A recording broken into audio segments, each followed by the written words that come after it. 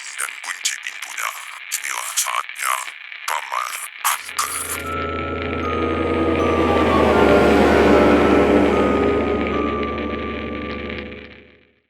Halo semua, balik lagi sama gue Dimas, editor dari 33 Club yang lagi luntang-lantung di konten yang gue kasih nama Kamar Angker atau Kanker. Dimana singkatannya boleh jelek, tapi kontennya bagus. Oke, di hari yang cerah ini kita enaknya ngebahas film lagi kali ya. Gue pengen ngebahas film yang judulnya Lampir. Bukan yang ini. Lampir, yalah gambarnya tipo. Lampir, nah yang ini. Film ini dibikin oleh konten kreator yang namanya Kenny Gulardi dengan Jolin Marie sebagai Wendy, Rory Asyari sebagai Angga, Gandhi Fernando sebagai Robi, Hana Saraswati sebagai Nanda, dan Sheila Salsabila sebagai Adela. Oh ya, dan yang hampir kelupaan, Ge Pamungkas sebagai Rizky dan Ardina Rasti sebagai Agnes. Ceritanya sih nggak muluk-muluk ya, nggak pusing juga. Jadi si Wendy sama Angga ini kan mau nikah, terus Wendy-nya ini kayak, woi, lu bantuin gue kali ngurusin nikahan, lu ngurusin kerjaan lu terus. Gue kan bete, kalau gue bete gue pengennya jalan-jalan gitu. Itu premis ceritanya ya. Jadi terus si pacarnya fotografer mereka, Bobby, yang namanya Agnes, itu bilang, lah temen gue ada villa nih, anak pejabat, villanya gede gitu. Kita jalan-jalan ke sana aja kali gitu. Dan akhirnya jalanlah mereka ke sana. Yang tidak mereka tahu adalah eh, villa itu adalah sarang lampir. Deng deng deng deng. Gitu. Oke, biasanya kan gue ngasih beberapa hal yang gue suka ya. Yang gue suka, oke. Yang gue suka adalah filmnya jadi. Karena gue tahu banget kalau film baru merintis kayak gini, itu banyak yang ya dibuang aja gitu, di scrap di tengah jalan karena ada tim yang berantem lah atau apalah, ada ketidakcocokan antar anggota lah. Ya pokoknya gitu lah. Jadi film jadi dan ditayangkan di bioskop itu merupakan suatu achievement ya. Oke, sekarang kritikannya. Kayaknya gue mulai dari ini dulu deh. Dari yang terdekat dengan gue dulu deh. Editingnya. Bagi bagi gue editingnya sih oke-oke aja ya. Cuma ada beberapa pilihan dari editornya yang gue rada, ini lu memang pilihan sendiri atau permintaan seseorang? Karena di beberapa tempat, terutama di bagian yang ada cahaya-cahayanya ya, itu agak overexposure ya. Itu memang di gradingnya mau kayak gitu atau memang nggak ada pilihan lain saat itu? Sama gue keingetan dua scene. Scene pertama itu yang dia close up ke lukisan setelah ditinggal sama Wendy ya. Itu kan kameranya goyang tuh. Goyangnya lucu lagi. Kletak gitu apa. Berasa banget gila. Itu karena memang gak ada footage lain atau ya udahlah nggak ada yang lihat ini gitu. Nah terus yang kedua itu pas si Bobby ya. Itu monolog kocak yang dia di atas kasur sementara Wendy di bawahnya. Kan itu sama tuh kameranya tuh kayak pengen jatuh gitu. Itu karena memang gak ada footage lain atau sengaja? Itu doang sih. Sama yang kelihatan banget tuh di bagian pacing ya. Pacing dari jump scare-nya menurut gue sekali lagi rada kurang ya. Gue nggak tahu itu memang guanya aja yang udah eh, kebal sama jump scare film horor atau memang jump scare-nya agak off ya. Soalnya gue nggak kaget loh, serius deh. Di semua jump scare itu nggak ada satupun yang bikin gue kaget. Jadi gue nggak tahu, kayaknya gue yang kebal sih. Ya pokoknya gitulah. Selebihnya sih I don't mind. Cuma kayaknya siapa ini yang mutusin buat bikin chat di dalam mobil tuh di green screen, di key gitu mobilnya. Siapa yang nyuruh itu? Karena emang nggak bisa bikin itu biasa aja. Kayaknya pada ketergantungan sekali sama ini ya, sama After Effect ya. Ya jadi gitu sih. Udah sih kalau dari editing kayaknya udah nggak ini. Dari segi acting sekarang. Acting gue udah expect bakal ya sinetron habis lah ya. Cuma ada satu acting yang gue sebel dan sebenarnya nggak ada poinnya itu ditaruh juga kalau memang si pemeran yang nggak bisa gitu melakukan. Ngerokok bos. Gue perokok. Gue tahu banget cara ngerokok. Dan si pemeran siapa? Gue lupa namanya. Bobby itu sama sekali nggak meyakinkan kalau dia itu perokok. Masa diembus kayak gitu anjir. Ya kan sebenarnya nggak perlu-perlu banget kan ada di situ kan. Jadi menurut gua ya kalau nggak perlu-perlu banget ya nggak usah sih sebenarnya. Bikin terganggu karena gua ngerokok sih. Jadi gua ya elah nggak bisa gitu. Udah dari segi acting sih gua udah expect bakal gitu ya, bakal ya standar lah. Terus apa lagi ya tadi catatan gua ya? Bentar gue lihat dulu catatan gua. Oh ini udah semuanya udah ke cerita. Oke, di cerita yang gue paling banyak, nah kok gini kok gini kok gini. Jadi satu-satu dulu ya. Yang paling nonjok banget begitu filmnya abis gue tonton adalah satu. Di film yang judulnya Lampir, sosok lampirnya sendiri itu figuran men. Sangat-sangat disingkirkan sampai-sampai pada tahap dimana kalau lu ilangin itu lampir dari cerita lu, cerita itu tetap bisa berjalan gitu. Paham nggak?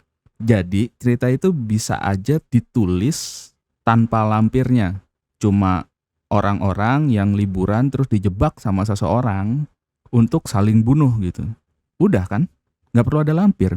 Jadi menurut gua ya lebih enak kalau misalnya ini kali di awalnya itu bukan mau liburan. Alasannya memang bener-bener orang-orang yang mau nyari misteri ke 5 orang yang hilang sebelumnya gitu. Hal itu juga bisa dihubungkan dengan mimpi buruknya Wendy ya, yang dari awal tuh dia nggak cerita ke siapa-siapa juga, nggak ada hubungannya juga dengan stresnya dia, nggak ini nggak itu. Malah mungkin lebih masuk akal ya gara-gara Adinia Rastinya nggak kelihatan mencurigakan di awal, nggak tiba-tiba kamu cantik. Lampirnya bisa lebih prominent gitu ya. Tapi ya nggak tahu lah, mungkin ada pertimbangan-pertimbangan lain yang gua nggak ngerti. Itu sih, itu doang yang paling kelihatan. Terus waktu si mbak-mbak itu abis nendang lampu, si Wendy abis nendang lampu, kan mereka pada ke itu tuh, ke kafe. Abis itu entah kenapa filmnya itu di-cut ke Wendy yang balikin bajunya ke butik gitu. Abis itu balik lagi ke kafe. Itu nggak ada poinnya menurut gue. Kenapa nggak langsung aja ke kafe atau enggak? Abis nendang lampu ke butik baru ke kafe gitu. Kenapa harus nendang lampu kafe butik kafe? Ya kan? Ya udah sih itu tadi. Terus karakternya si Ge Pamungkas, ya yang ceritanya mau maling, yang pas foto-foto itu cengok aja gitu di sekitar orangnya. Ngapain sih nyet? Kalau lu memang rencananya mau ngerampok gitu, mau ngerampok itu tempat gitu, kenapa lu hang out dulu gitu di sekitar mereka gitu? Ya langsung aja ngerampok. Nggak ada fungsinya orang si Ge Pamungkas itu di situ. Nggak ada poinnya.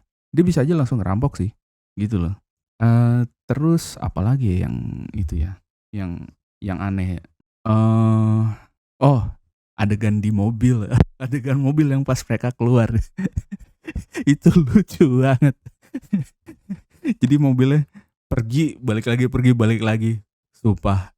Gue nggak tahu ya apa memang cara penyampaiannya yang aneh atau guanya aja terlalu berpikir itu lucu gitu. Soalnya mobilnya itu bolak-balik ke depan rumah itu. Oh, dan rumah rusak itu perlu nggak sih menurut orang filmnya nih? Gue ngomong ke orang filmnya. Perlu nggak sih? Karena menurut gue nggak perlu loh. Poin rumah rusak itu cuma dimention saat si siapa gue lupa, si Angga ya, si Angga itu ngamuk-ngamuk. Itu pun sebenarnya kalau rumahnya nggak rusak malah lebih masuk akal, malah lebih bertanya-tanya gitu. Jadi ya gitu deh. Oh sama ketika si Ge Pamungkas ini, ya si Rizky ini masuk ruangan terus ketemu skripnya film ini di dalam ruangan. Di sebelah tumpukan tulang belulang ini penulisnya yang mungkin cringe ya. Jadi si Ge Pamungkas kan ketemu skripnya tuh, skrip film ini di ruangan itu. Yang terus si Mas Angganya ini nggak percaya kan kalau lah ini ketulis di skripnya kita bakal mati semua. Apa ini gitu ya kan? Terus gua nggak percaya, gue bakar aja nih skrip gitu kan. Apa yang menyebabkan dia terlalu nggak sepercaya itu ya? Rumahnya aja udah berubah gitu. Kecuali karena bukan, oh gue baru ingat alasannya. Ya gue baru ingat alasannya si Angga kenapa dia bisa nggak percaya itu walaupun rumahnya udah berubah bentuk karena dia pikir dia dihipnotis. Oke, ternyata bisa kita simpulkan kalau penjahat utama di film ini adalah Uya Kuya. Ya, gitulah. Jadi poinnya kalau rumahnya nggak mendadak ada kebunnya, gua rasa lebih masuk akal sih. Gua rasa ya, nggak tahu deh. Si mbaknya, oh ya, terus si Mbak Wendy-nya, dia kan ngomong, tempat ini seperti di mimpi aku, gitu kata dia kan. Iya kan, kata Mbak Wendy gitu kan. Tapi waktu awal masuk ruangan, dia nggak mention sama sekali kalau rumah ini itu seperti di mimpinya dia. Bisa ngasih tahu nggak kenapa? Karena kayaknya gue miss deh. Kebanyakan nyari-nyari salah kali ya, nggak tahu. Maafin ya kalau gitu ya. Tapi gitu, Mbak ini tuh nggak panik sama sekali gitu. Tahu bahwa rumah ini tuh kayak di mimpinya dia. Terus pas balik ke dalam ya sama si Nanda tuh ya, yang si Ardinia Rastinya udah meninggal. Buat orang yang ketakutan di tempat gelap, kan si Nanda nggak mau masuk kan katanya ke tempat skripnya disimpan kan. Nanda itu jauh banget loh ngerokoknya. Sebat dulu. Sebat dulunya di kamar. Sampai kemudian dibunuh. Itu kayak, enggak lah. Oh, ada satu lagi adegan yang bikin gue annoyed. Annoyed karena gue nggak tahu ya. Karena enggak. Karena apa ya? Karena tadinya nggak gitu kali hitungannya. Gue kasih tahu dulu adegannya yang mana.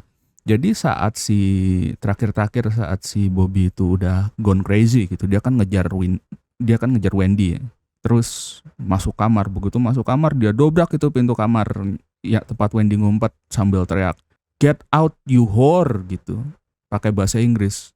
Padahal setahu gue, ini tolong benerkan kalau gue salah, setahu gue Bobby itu nggak pernah ngomong sekalipun pakai bahasa Inggris sepanjang film. Artinya, ya kepribadiannya tiba-tiba berubah aja. Tiba-tiba pakai bahasa Inggris. Buat apa? Just to be cool? Kayak tadi gue ngomong pakai bahasa Inggris. Ya gitu kali. Dia cuma 2 kali kalau nggak salah ngomong pakai bahasa Inggris dan dua-duanya itu kata-kata semacam kata-kata keren gitu.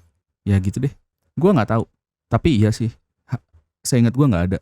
Jadi kalau gue simpulkan ya, jadi di skrip ini itu penuh dengan kejadian-kejadian yang just happening gitu. Si pemeran, semua orang di dalamnya, si karakter-karakter di dalamnya itu nggak manusia hidup, nggak. Mereka adalah orang yang digerakkan sama plot. Itu kesimpulan gue. Jadi ya yang terlemah di film ini tuh skripnya menurut gue ya. Terus apa lagi ya? Kayaknya udah sih. Gue nggak mau ngomel-ngomel lebih lama lagi. Ini juga bukan ngomel sebenarnya. Gue tuh cuma observasi kayaknya ya, sama bertanya-tanya. Tapi kalau lu nanya ke gue, Bang Dimas, ini enak ditonton apa enggak? Enggak. Jujur enggak. Bosen. Tapi kalau kalian masih mau membuktikan kalau gue salah, ya udah silakan nonton. Dari gue sih udah sih segitu aja. Ciao.